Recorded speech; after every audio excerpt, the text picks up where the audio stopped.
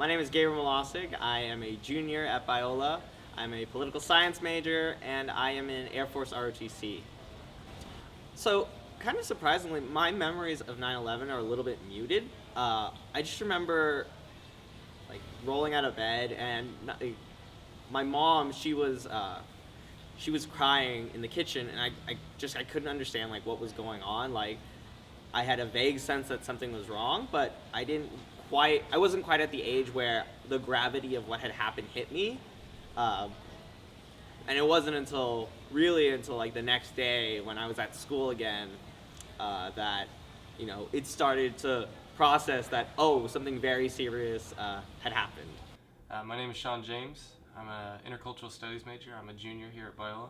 9/11, I remember I was in elementary school, and during the day, all of a sudden all of our teachers kind of kept slipping out of the room, and we didn't know exactly why.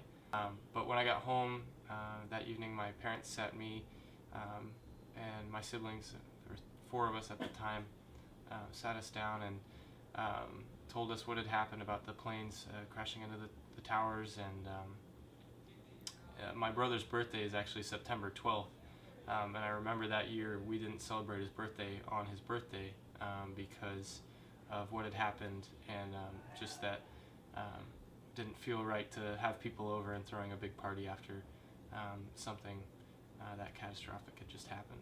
My name is Carolyn Kemp, and I'm work in the political science and history department. When we turned the TV on, the towers were still there, and we thought perhaps someone just ran into the buildings accidentally. And actually, it was just the first tower that we were, concerned about. And then we could not leave. We couldn't go anywhere. We were so riveted to watching this on TV. And then we actually saw the other tower. Well, we saw that tower go down, and then it was just evolving over time, learning about what was really happening. And we could not believe it when we realized that this was done on purpose. I think that it has definitely changed the way we look at the world, to being, instead of the looking out from the inside looking out saying, wow, the craziness of the world, a little bit of that craziness, of that fear of that catastrophe that's happening out there, touched the States and really made it a reality to a lot of people. I think I was pretty angry toward, people in the Middle East were just, it was too bad, but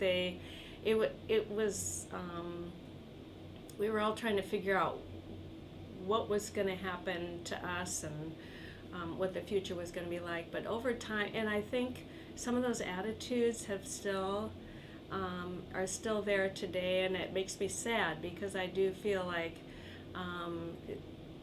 there were just a few people that did this. It wasn't the whole Muslim religion or any. Can't blame it on everybody for that. They didn't like what happened any more than we did. And I've learned that having hatred toward people is awful, and that they really get a little emotional when I think about that.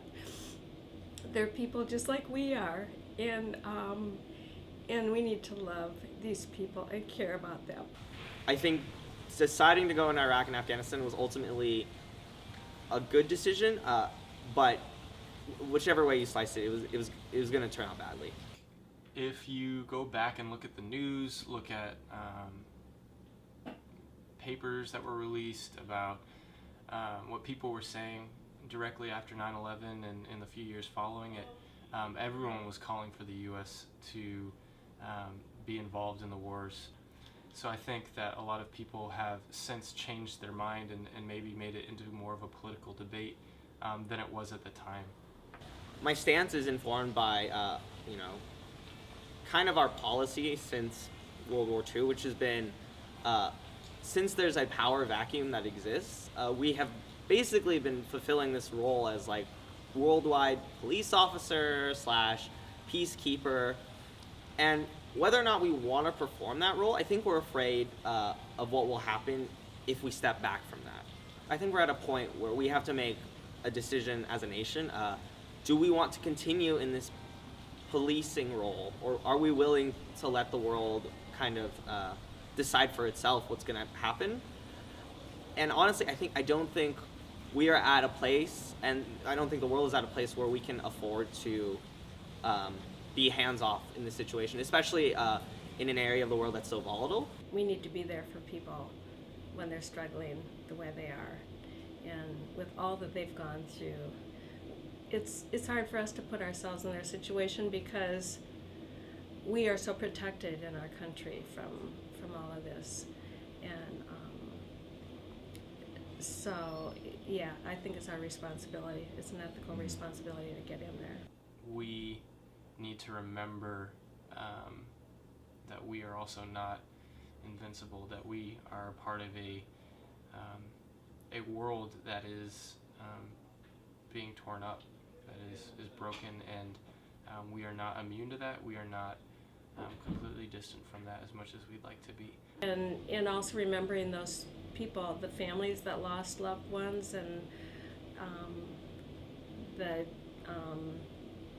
I think it's great that they read the names, because these people aren't just lost in history, but they were significant people to their families and to their friends and to everyone. It should be remembered. I think it's really important. And that we should strive to honor their memory as we move forward. And what that looks like, is that more active military? Is that, focusing on the home front? I think we have to realize the potential that was lost when those people died.